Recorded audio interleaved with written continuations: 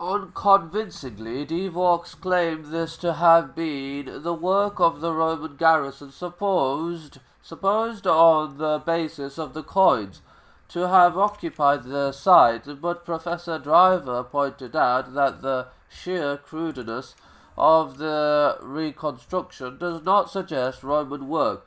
De Vaux maintained that his theory, confirming as it did to the Ali's destruction of Qumran in AD 68,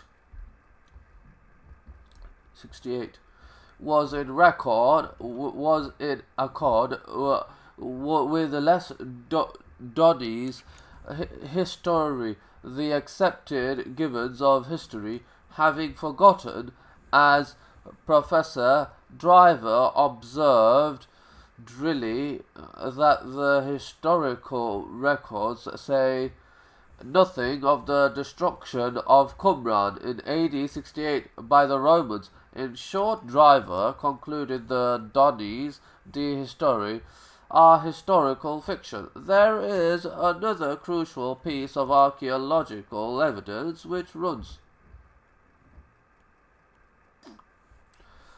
diametrically counter to the interpretation of the consensus. De Vaux himself studiously and justifiably avoided referring to the ruins at Qumran as a monastery. As he explained, he never used the word when writing about the excavations at Qumran, precisely because it represents an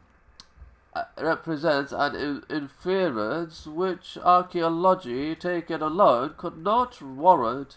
It as clear, however, that he nevertheless thought of Qumran as a species of monastery.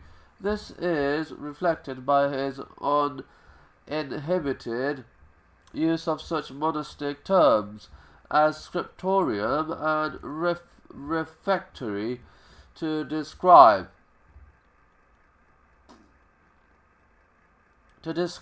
certain of the structures.